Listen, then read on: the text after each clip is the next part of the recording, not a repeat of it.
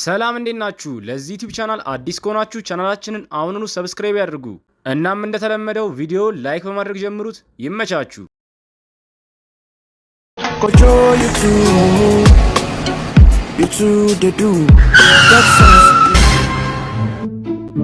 አተ ቀስ ብለህ አነዳም እንዴ? አቁም ስለኮ በችኮላ ገጭተኸኝ ነበር። ወይ ፖሊስ በጣም ይቅርታ፣ ግን እኮ እኔ በስነ ስርዓት ነው መኪኔን እየነዳ ያለሁት። ደግሞ አንተ እኮ ፖሊስ እንጂ ትራፊክ አይደለም። ቆይ ለምንድን ነው መኪናውን አቁሞ ያልከኝ? ምን ነው ፖሊስ፣ እኛ ያልሰማነው የተፈጠረ ችግር አለ እንዴ? በልበል ዝም በል፣ ወሬ አታብዛ።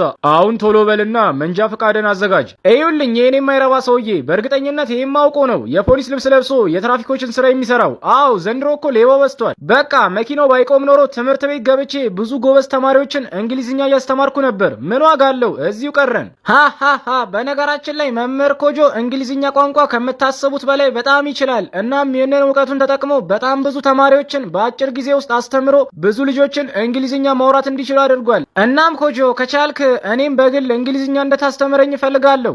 ኧረ አያሳስብህ፣ እንኳን አንተን ያኔ ፖሊሶች ልብስ የለበሰ ሌባ እንግሊዝኛ በደንብ ለማስተማር ዝግጁ ነኝ። ቆይ ማን ነው እኔ ሌባ ምናምን ሲል የነበረው?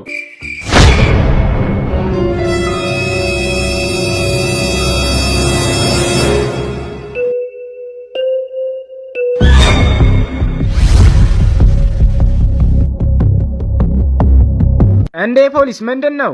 ትራፊክ ባክህ፣ ይሄ ሰውዬ ስለኔ ምንም ሳያውቅ በጣም መጥፎ ንግግሮችን ሲያወራና አስመሳይ ሌባ ነው እያለ ሲሳደብ ይዤው ነው። ምን አንተ? እሱ እኮ ብታውቅ የዚህ አካባቢ ፖሊስ ጣቢያ ዋና ኢንስፔክተር ነው። ቆይ እንዴት ብትዳፈረው ነው እንዲህ ያለ የማይረባ ንግግር የተናገርከው? በል አሁን ሌላ ችግር ከመፈጠሩ በፊት አሁኑኑ ይቅርታ ጠይቀው። አሃ ጭራሽ ይቅርታ የምጠይቀው እኔ ነኝ። በልበል ተባኖብሃል። ሲጀመር አንተ ፖሊስ ከሆንክ ቆይ እዚህ ምን ትሰራለህ? ያንተ ስራ እኮ ሌቦችን መያዝ እንጂ እዚህ አስፋልት ላይ መኪና እያስቆሙ ሹፌሮችን መቅጣት አይደለም። በል አሁን በአንተ አስመሳይ ውሸተኛ ፖሊስ ምክንያት ታክሲ ውስጥ ያለነው ሰዎች ቀጠሯችንና ስራችን እየረፈደብን ስለሆነ በሰላም እንለያይ። ካልሆነ ግን ለፖሊስ ደውዬ ዋጋን አሰጣለሁ። ሃሃሃ። ኦ ድፍረት በጣም ይገርማል። አንተ ደግሞ ማነህ? ኦ ትራፊክ፣ እኔ እንኳን የታክሲው ረዳት ነኝ እና እሱ ደግሞ ታዋቂው የእንግሊዝኛ መምህር አቶ ኮጆ ይባላል። እናም አሁን ላይ በጣም ብዙ ትምህርት ቤቶች ላይ እንዲያስተምር ይፈለጋል። ለዛ ነው ገና ለገና ታዋቂና በጣም ተፈላጊ መምህር ነኝ ብሎ እንዲህ በድፍረት የእናንተን ትክክለኛ ስራና ማንነት ሳያውቅ ዝም ብሎ የሚዘላብደው። ኮጆ እሱ ሌባ ሳይሆን የዚህ አካባቢ ፖሊስ ጣቢያ ዋና ኢንስፔክተር ነው። ኦ ኧረ እባክህ በጣም ይገርማል። ያው ሲጀመር እኔ እኮ ኢንስፔክተር ለጥንቃቄ ያህል ነው አንተን ሌባ ያልኩ። እናም ለዚህ ያልተረጋገጠና የማይረባ ንግግሬ በጣም ይቅርታ አድርግልኝ። ያው እኔ በሰዓቱ በጣም ወደ ትልቅ ሆቴል ስብሰባ ለመሰብሰብ ሲሄድ በድንገት አንተ ታክሲውን አስቁመህ ስብሰባውን ስላስረፈድክብኝ ተናድጄ ነው እንዲህ ያለ መጥፎ ንግግር የተናገርኩት። ኢንስፔክተር እባክህ አሁንም በድጋሚ ከልብ ይቅርታ አድርግልኝ። በጣም አዝናለሁ መምህር ኮጆ። ምንም ቢሆን በጭራሽ ኢንስፔክተርን እንዲህ ማንቋሸሽና መሳደብ አልነበረብህም። በዛ ላይ ፖሊስ እንደሆነ እየተነገረ ራሱ መሳደብህ በጭራሽ ልክ አይደለም። ደግሞ ብዙ ጊዜ እንደዚህ የሚሳደቡ ሰዎች በጣም ከፍተኛ ቅጣት ይጠብቃቸዋል። በል የአንተ ታዋቂና ተወዳጅ የእንግሊዝኛ መምህር መሆን ከእስር ቤት ያድን እንደሆነ እናያለን። መልካም የእስር ዘመን።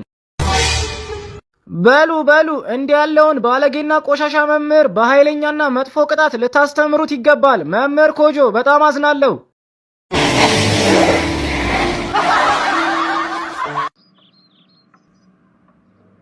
ውዴ እንኳን ደስ አለህ። ለአንተ አንድ ሰርፕራይዝ አለኝ።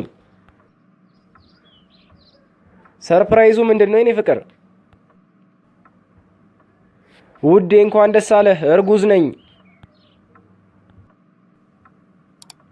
እርጉዝ ነኝ? ምን ሆነሻል? ይሄ ነው እንዴ ሰርፕራይዙ? መቼስ እየዘባረቅሽ መሆን አለበት። መዘባረቁን ተወውና ውዴ፣ አሁን የሚወለደው ልጅ ጾታው ምን ቢሆን ይሻልሃል? ኦሆሆ ቀልድ ቢሆን ይሻለኛል።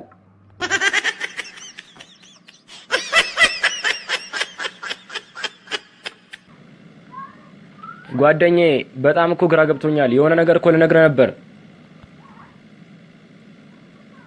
እስቲ ንገረኝ፣ ምንድን ነው? እባክህ ትናንትና ማለት ነው የሚስቴ ስልክ ላይ ያበሬሽ አሁንም ድረስ አለ እንዴ የሚል ሜሴጅ ላይ መሰለህ? ምን ያበሬሽ አሁንም ድረስ አለ እንዴ? ኦሆሆ ይሄ ነገር ቢቀርብኝ ይሻላል። ግን አንተ ምን ይመስልሃል? ባክ ጓደኛዬ ሳስበው እኔ ሳላውቀው ሚስቴ በሬ መነገድ ጀምራለች መሰለኝ።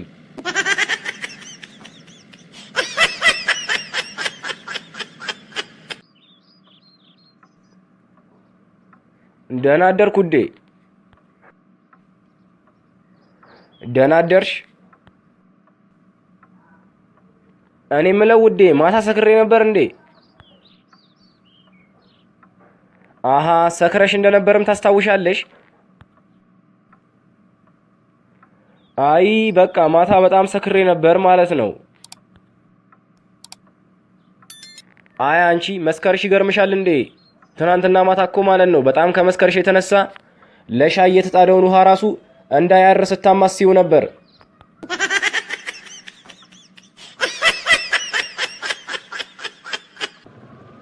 አንተ ናስቲ። አቤት ፖሊስ፣ ምንድነው? በዚህ በማታ ምን እያረክ ነው? አረ ፖሊስ ገና ከስራ እኮ እየመጣው ነው። እስቲ እንደዛ ከሆነ መታወቂያን አውጣው። መታወቂያ መቼስ የታደሰ መሆን አለበት። አረ ፖሊስ ማርያምን የራሴ ነው የታደሰ አይደለም።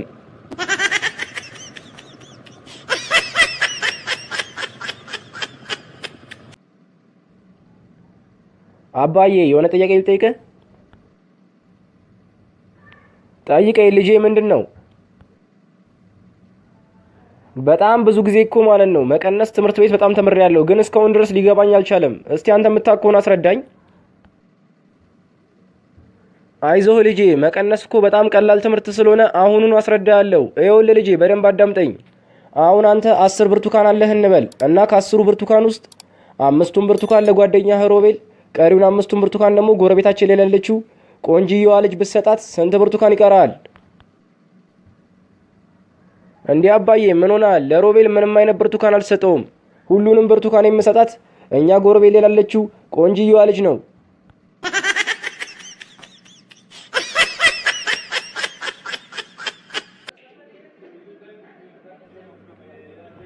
ውዴ የዛሬው አለባበስሽ በጣም ያምራል።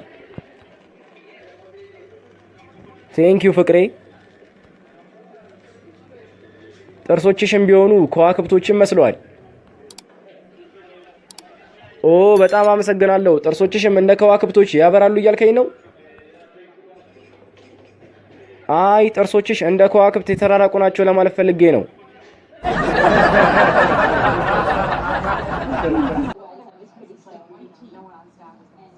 ውዴ ከመጋባታችን በፊት እኮ ምን እንዳለህ እኮ አልነገርከኝም። ምን አለ?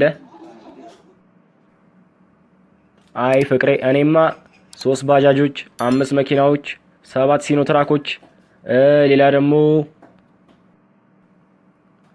ወይኔ ውዴ እነዚህ ሁሉ መኪኖች ያንተ ናቸው? ፍቅሬ ደግሞ አስጨርሽኛ። በቀን ውስጥ የማጥባቸው መኪኖች ናቸው።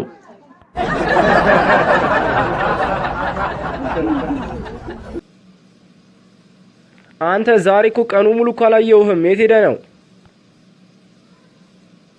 እባክህ እኔ በጣም ደክሞኛል፣ የሌለ ርቦኛል። እንዴ ቀኑ ሙሉ ምግብ አልበላም እንዴ? ቆይ ለመሆኑ ግን የት ሄደህ ነበር? እባክህ ቀኑ ሙሉ እኮ እዛ ታች ሰፈር ያለው ለቅሶ ቤት ነበርኩ። ቀኑ ሙሉ ለቅሶ ቤት? በጣም ይገርማል። ለመሆኑ ግን እዛ ምን እያረክ ነበር? እባክህ እዛማ ማለት ነው የሌለ ርቦኝ ስለነበር ለቅሶ ቤት ሄጄ እበላለሁ ብዬ አስቤ ለቅሶ ቤት ገባው።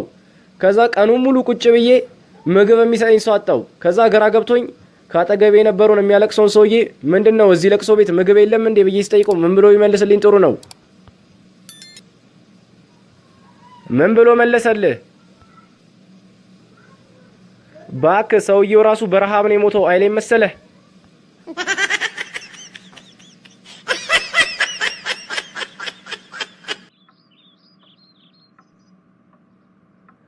ይኸውልህ ልጄ አንድ ነገር ልንገርህ። ከዚህ በኋላ ማለት ነው በማንም ሰው ላይ እንዳስቅሽ። በሰው ላይ ይሳቁት በራስ ላይ ይደርሳል። ኧረ እባክህ አባዬ የምር ነው እንዴ?